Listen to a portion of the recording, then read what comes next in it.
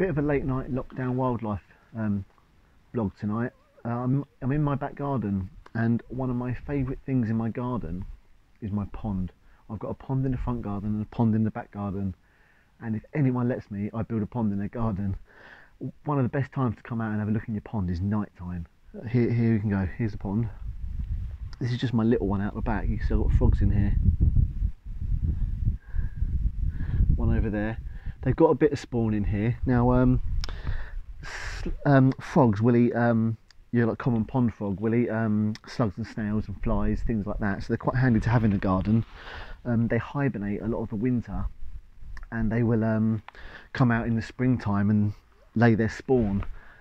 The males have special nuptial pads on their front arms, and they'll cling on to the female in amplexus, and when she lays the eggs up to 4,000, he will fertilise them, and that can happen any time from December up until April. Mine was about a week late this year, the spawn, and then the spawn will take about 14 weeks to become froglets. So they're awesome little things, frogs. I mean, I love coming looking in my pond. I must come out about 3 times a night just to see what's going on. I've got some little snails here, and they're totally finished up breeding now. They just sort of hang around, and they'll spend the rest of the year probably not really in a pond, just sort of jumping about the garden and various woodland, just looking for food.